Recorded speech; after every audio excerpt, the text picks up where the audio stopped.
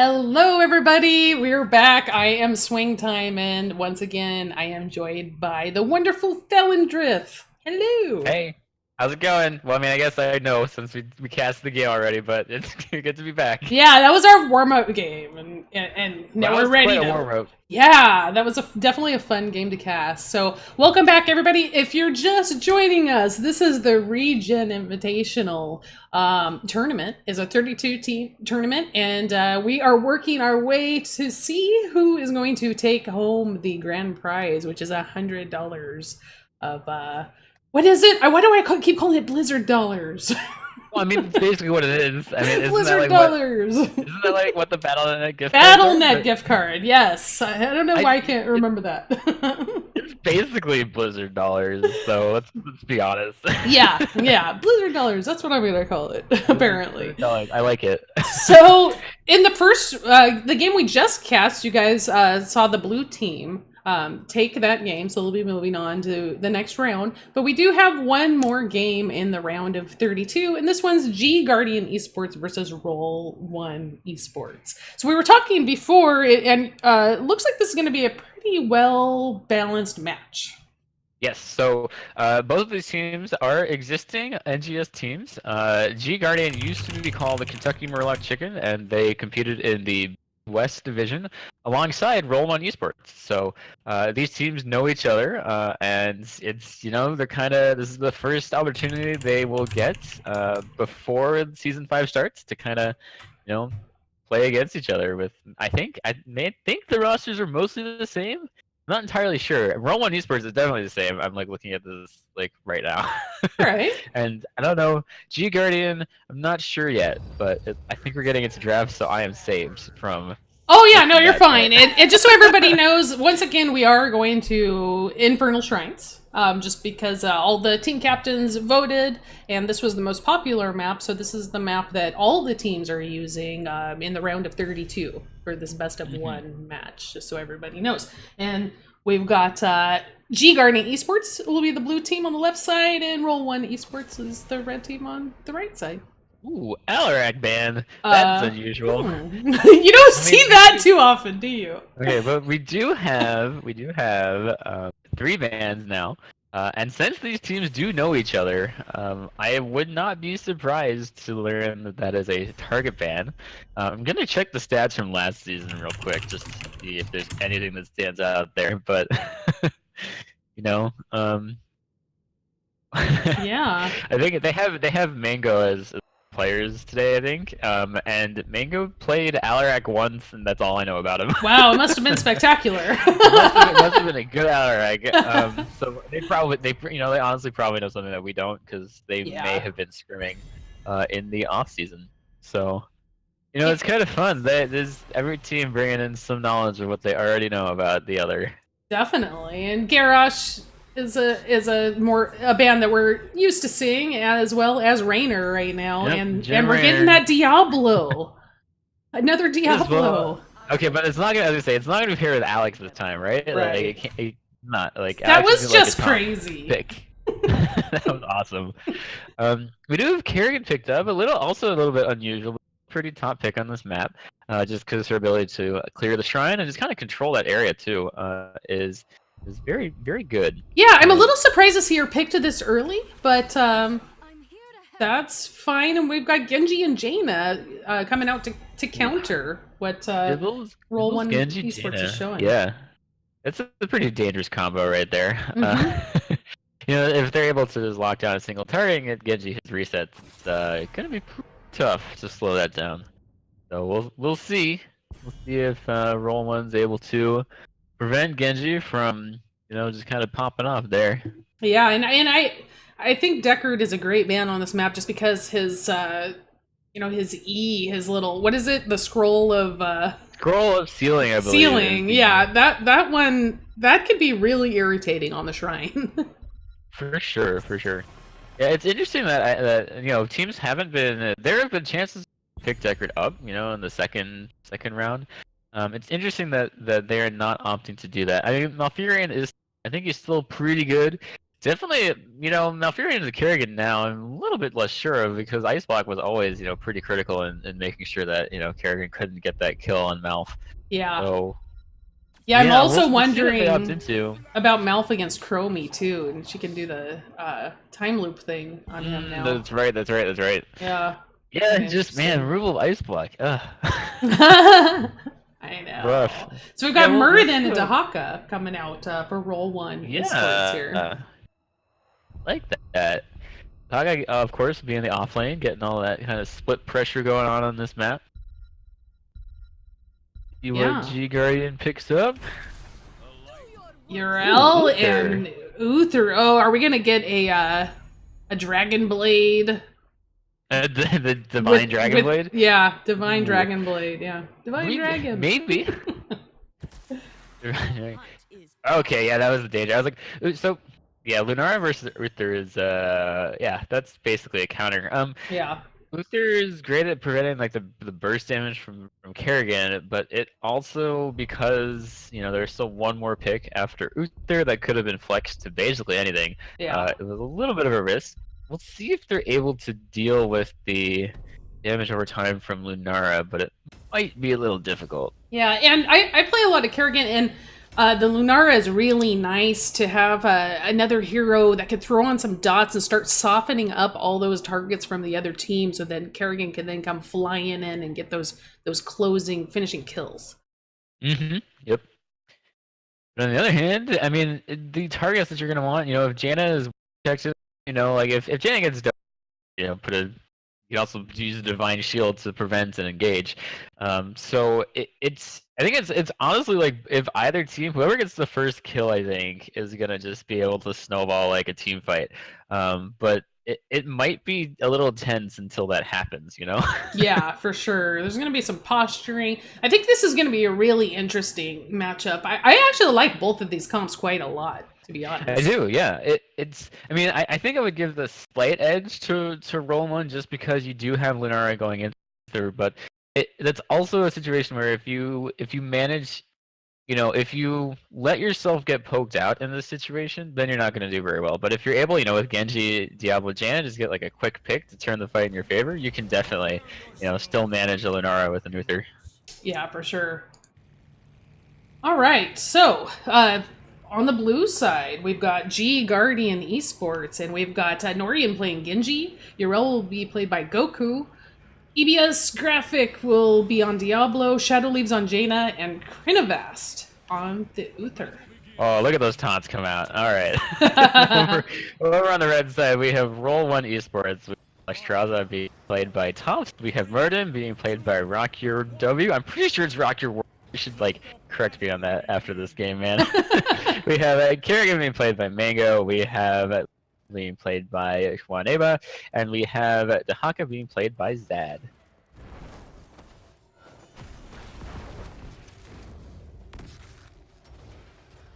Alright, we got Urel just kind of lurking in a bush. Yeah, waiting to come flying in. There she goes! Immediately grabbed by Dahaka though, so that didn't really go planned it, I think. Never mind! Yeah. Yeah, Dahaka having none of that. Urel gonna go ahead and go over to top lane. They do find a Genji lurking in the bush. Combo doesn't land though, so Norian just dashes away to safety. As far as talents go, we got Agile Dismount coming out from Genji, so we can move him around the map, quite a bit faster, better rotations. Again, we've got that Devil's Due coming out from the Diablo, but we, like you said, won't have the added benefit of having the Alexstrasza on Diablo's team this time to give the extra ones. Yeah. You're all getting a little low over here in the top lane, but you got that self-healing. That lane also probably not going to go anywhere too fast unless something crazy happens. Team's just going ahead and doing, looks like G.Guardian is opting for the 4-man rotation. Roll1 also kind of doing the same, leaving Lunara in the middle to make sure they don't miss anything in that lane. Both teams getting their siege camps right now. Yeah, just about at the same time. Basically, the teams are kind of just mirroring each other right now. I would expect fireworks a little bit later. but for now, it seems they're just content to try to do the standard Infernal Shrines early rotation. Yeah, it looks like Roll1 Esports has got a little bit more of a 1-1-3 going on. Mm-hmm. Yeah, just making sure that they don't miss any of the experience in the mid lane. Their clear, I think, is a little bit slower. You know, they're Jaina to lead a wave, so I think I like that. Just making sure that they don't lose anything in the early game. You managed to get that siege camp though with their 1-1-3 split over in the bottom. Yeah, that'll be good really, with the shrine really nice top. timing. Yeah. Yep. Exactly. It's on the complete opposite side of the map, so Diablo is going to be late, I think, because he's got to stay and clear that camp. Yeah. Well, I mean, he was taking a little bit early, but yeah, definitely going to take him more than 10 seconds for the shrine to spawn for him to actually get up there. So Roll1 going ahead, finishing up the wave here. Tahaka actually burrowing down to mid. Looks like they're going to keep him split for the shrine phase, making sure they pick up all the XP. Now we've got both teams rotating up towards the shrine, which is now active. With Genji rotating back up, Tahaka actually came back up top. So it looks like Roll1 is going to be prioritizing the objective for this first one. While G.Guardian is actually not going to do it at all. They're going to make sure that they make up an experience in all of the other lanes. We've got some fans in Twitch chat saying, "Let's go Roll1" from Ragnarok. All right. And G.Guardian is excited to see the Lunara, versus the Uther that we were talking about earlier. I'm just watching Goku do a spray and then immediately get stunned by Muradin. This is what you can do with that spray. I appreciated it. But it is interesting, G.Guardian to go ahead and take the walls down in bottom while the objective was taken top. I like that, but they now have to be in position for the Punisher. And Goku actually, that spray, he paid for that, with his life. Karma. Oh, yeah. You're a little bit careful with the taunts there, just a little bit too far, the Punisher jumping on him and the rest of the team following up, no problem. Yeah, so that's going to actually enable Roll1 Esports to pick up this fort, which a lot of times you don't see the first Punisher get the fort, but here it does. Yeah, but on the other hand, G.Guardian also made sure that they're not going to be that far behind. It might be a little behind, but it could be worse. They did soak all the lanes while they were waiting for the objective to be completed by Roll1. So just, they're still in this. There is not a huge potential for Snowball just yet, but they do have to be careful on the future objectives because they have, missing their top fort now. Right. That also means that bruiser camp, when Roll1 picks up that bruiser camp, it's going to be pushing towards keep wall. Yep. So they'll have to keep an eye on that as well. Keep an eye on the keep. I get it. Keep an eye on the keep wall. All right. Yep. Name of the game. Well, I mean, I guess the name of the game is Heroes of the Storm, but So this is interesting. We got Roll1 moving in to steal this camp. Yeah, I think that they can. I don't think it was spotted out by G.Guardian in time, so Roll1 could collapse in this bottom lane. It is a 4v4. The top laners are separated at the moment. Looks like Gurrel is coming down mid, both to clean up both of those bruiser camps. While Roll1 goes and takes the siege camp in the bot lane yet again. Yeah, and if you guys were watching, you saw Muradin, held his escape until after Diablo had slammed him up against the wall. It's great when Muradin players, a lot of times you see ones where they don't maybe know exactly what they're doing. They're using that leap to jump in and they have no way out. So, ooh, nice combo on two people on the side of G.Guardian. G.Guardian gets picked up poison again. That was just a really nice snap combo from Mango, demonstrating that he's been playing I think a little bit consciously on Kerrigan, but given the opportunity, he will just jump on you. Yeah, and now Jaina's out of the way, so they can go ahead and push in on this bottom fort. They'll probably try to possibly get the well, or they might just back out here. We'll see. We shall see. Yeah, looks like they're like, that's good enough for now, and they'll move on to other things. Alright, ultimate's being picked up by both teams. I'm sorry, heroics. Wrong game still. Nice combo landing on Tyrell. We'll see if she manages to get. Yes, she does manage to get Absorbing. her heroic off. Yep. Ardent Defender there, saving her life. We actually have 2 invulnerabilities on the side of Guardian. We both have Divine Shield and we have Ardent Defender. So that's invulnerability for 2 people. Might be useful for evading a potential Kerrigan combo. We have Lifebinder picked up for Alex Straza once again, also followed by Avatar for Murden, Maelstrom for Kerrigan, Leaping Strike for Lunara, and I believe that is Isolation on Dahaka. It is Isolation, and yeah, so I've been seeing Lifebinder taken more and more as the ultimate of choice, the heroic of choice for Alex Straza. It's definitely, with playing with like, a proper competitive team, I think it's a lot better. In quick match it kind of sucks, but like... Oh, big ring hits 4! Ring. Wow! Oh! Diablo Lightning Breath and charging in. They get 2 kills. Lunara and Alex Straza are down. Yeah, Alex is actually popping Dragon Form to kind of evade a little bit of the damage with those invincibility frames that the transformation gives. That was just a massive ringer for us by Shadow Leaves there, setting up all the kills, making sure that Roll1, 2 people are immediately deleted, and there's basically nothing they can do to prevent that. It's just really solid work. I guess that's one of the things Alex doesn't have, right? The cleanse. So if you manage to root people in place and just Janet can just go to town, you'll be in great shape for a team fight. Yeah, that was a beautiful combination with the ring followed by the lightning breath. Yeah, that was. We also did see the divine dragon blades, so. I love that. G.Guardian on top of their combo. Yeah, all the ultimates, all the heroics right now are down for G.Guardian, but they're coming up soon. Yep, lightning breath already back up for Diablo. Yrel has Ardent Defender.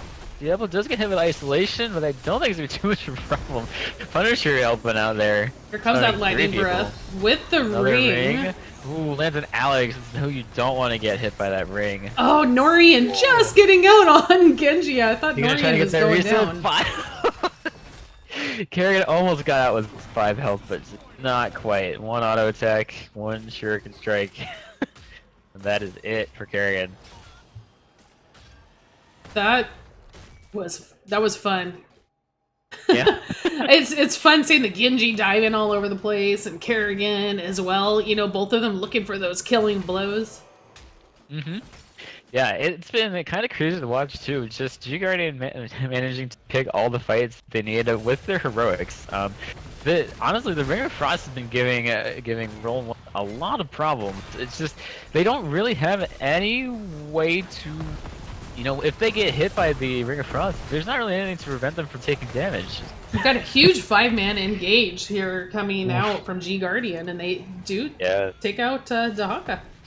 Yrel just bullying Dahaka away from his team, trying to use Burrow to escape, trying to watch. Yeah, she's gotta be careful, she's gonna get grabbed, she's gonna get stunned by Uther. Lifebinder comes out, she should be just fine. That is a 60-second cooldown on that Lifebinder. Yeah, Kerrigan playing with fire there, literally. Yeah, that made me nervous. She was kind of separated from the rest of her team, but like you said, was able to get away, so... I really like Uther's mount. Uther's mount is... Wait, I haven't even looking. Which mount does he have? Oh, now he's off it. Hold on. Oh, darn. Okay, well, I'll watch next time. Okay, I'll point it out. Okay, alright. This is important. That's what we're here for. We're here for the mounts and the sprays, taunts. But yeah, I think just this ultimate combo from Jaina. I think it just looks cool. Yeah, that's the new. I believe that is the new gold mount actually in the shop. You can go buy that on Heroes of the Storm's collection page right now. Really? Yeah, that's great information. Gold. Thank you, Falindrith. I'm pretty sure it's 10K. Zad getting caught again. He's gone. There's nothing you can do there. He unfortunately ran into the entirety of G.Guardian while he was scouting, and it's just, the Hawkins got some escape tools, but not enough to deal with the number of stuns and disruptions Yeah. that Well, now G.Guardian brings. that Guardian, they're running around as 5 pretty much constantly now. So anybody they come across that's separated is going to, have a little bit of a struggle, I think. Yeah, it's actually like kind of a tough spot for Roll1. Their comp really doesn't have too like the CC on the side of G.Guardian is extremely and if Alex gets bullied like she is right now, it's really difficult for Roll1 to get the engages they need. There's another ring. Dragonblade is just going nuts in the backline. Is Norian gonna get a shield? He does not. My shield was already used in that fight, so Genji does go down. He will get out. He's The fine, Haka's able to escape as well, looks like. So we've got G.Guardian who are going to be working on another Punisher.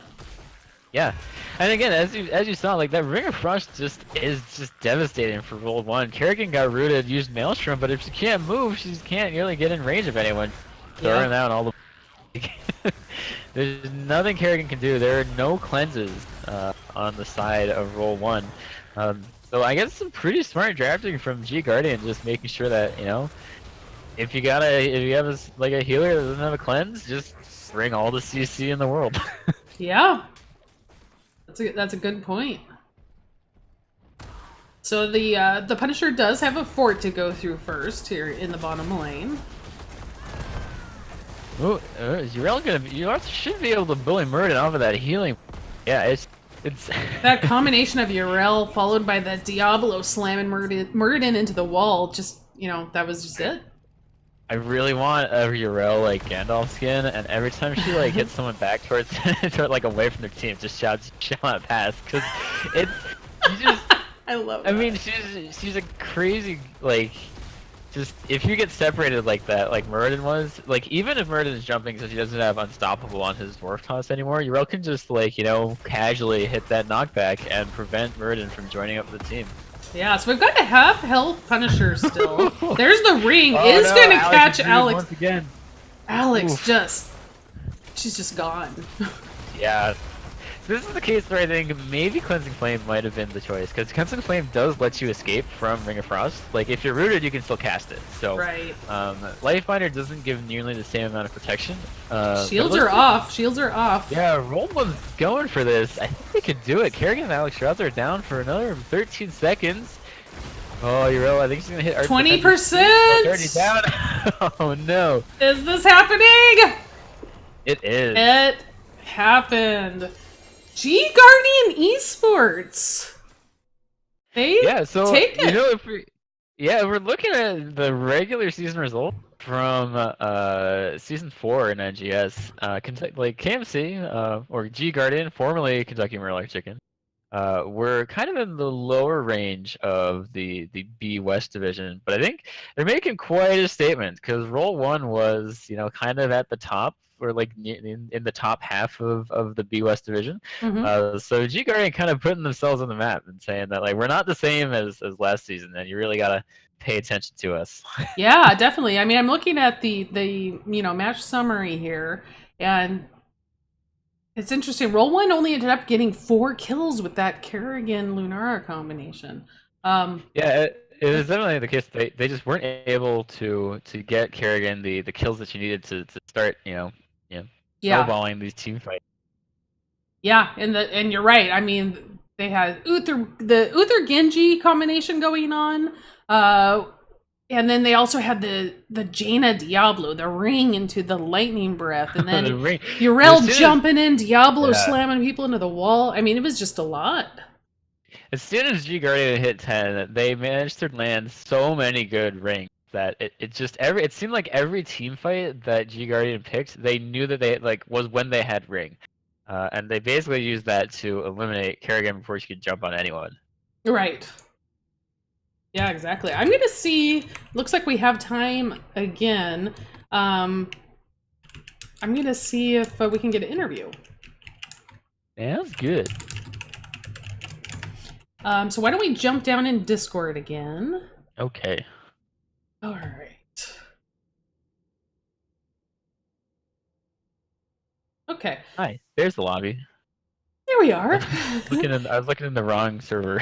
So just catching up on Twitch chat. So Burger987 is saying, "Hey, these Roll1 guys are pretty hot." Yeah, they were, but they just ran into, I think, just a tough comp to go in against. Yeah, no, Roll1 played really well. It's just that, yeah, I mean, I think honestly, like G.Guardian just showed that they knew what to do versus that composition.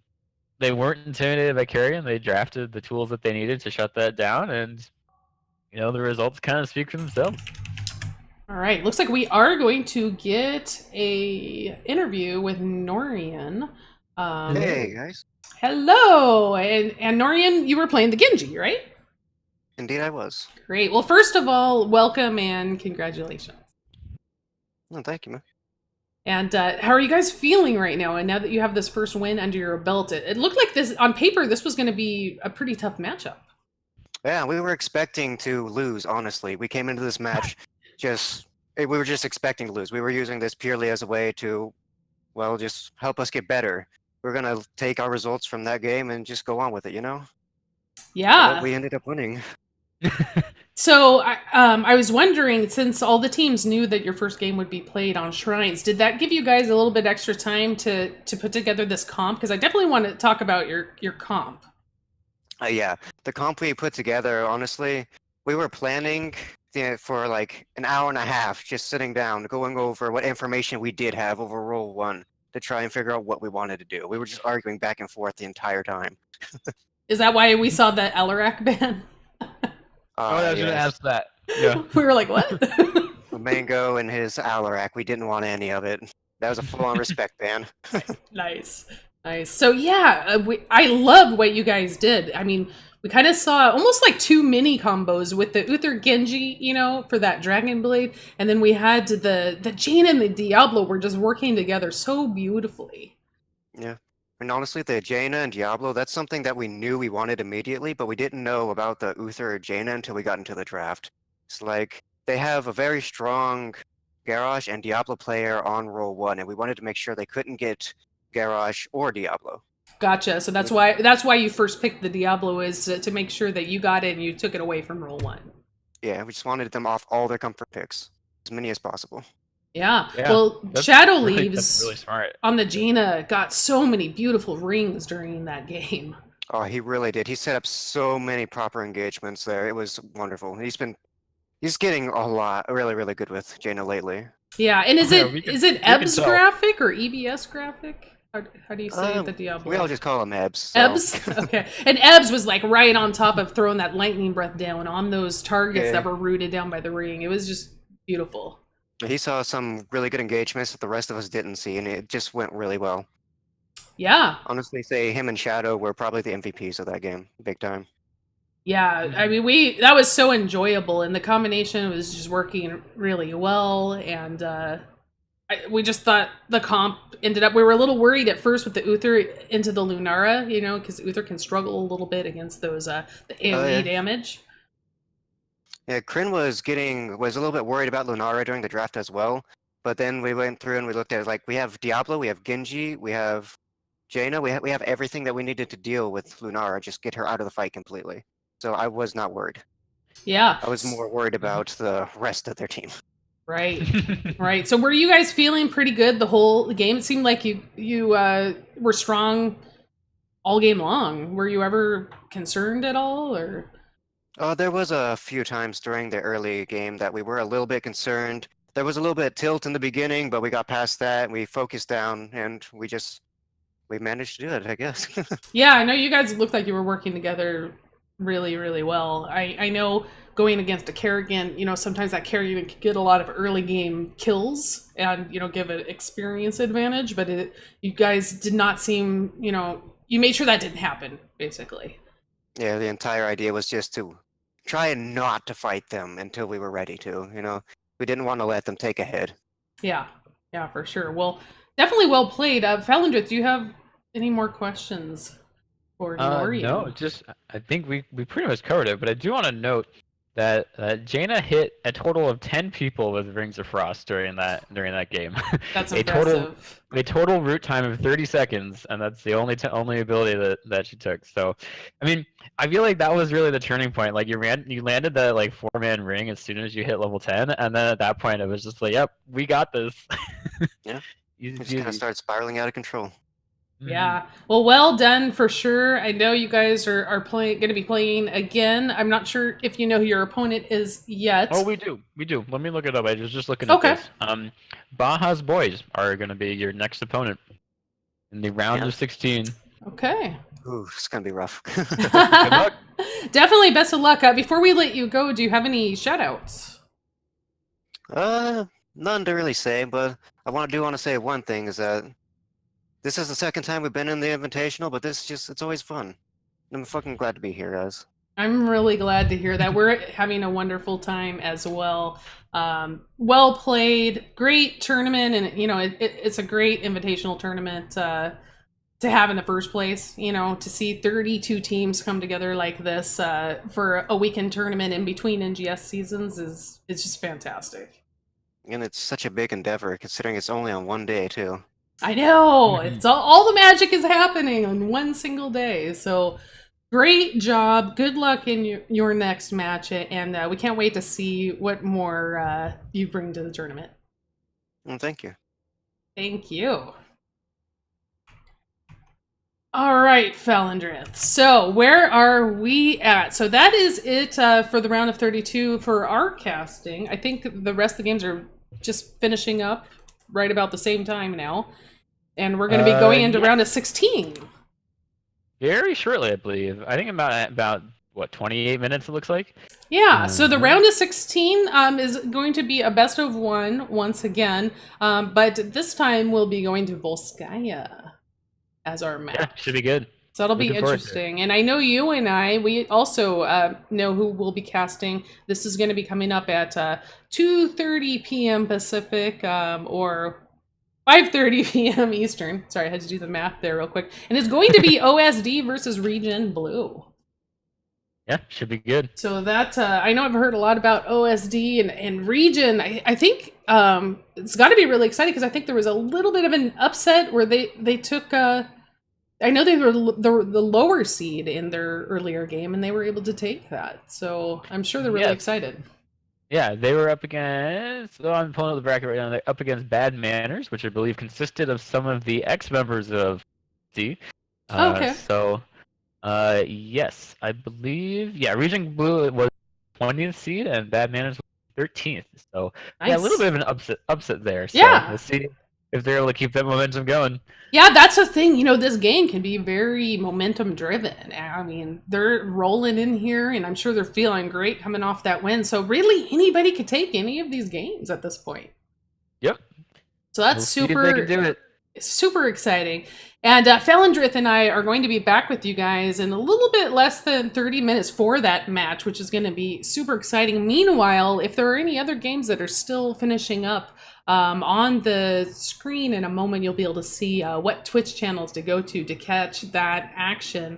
Again, this is the ReGen Invitational, and it is powered by NGS, and we're very excited to be here, and we can't wait for the next match. Yep. See you then. All right, thanks everybody. We will see you shortly. Definitely check out any live action on the other channels. Otherwise, we'll see you right back here. I'm gonna wait. A quick shout out. The active channels are going to be Fear at 5 o'clock. These are all at 5 o'clock actually, Eastern time. We have Fear, Gravesville, Murda, and Professor Bobo all gonna be live with games from the round of 16. Perfect. All right, and we will see you very shortly as well. So take care. See you in a moment. Thanks everybody for watching.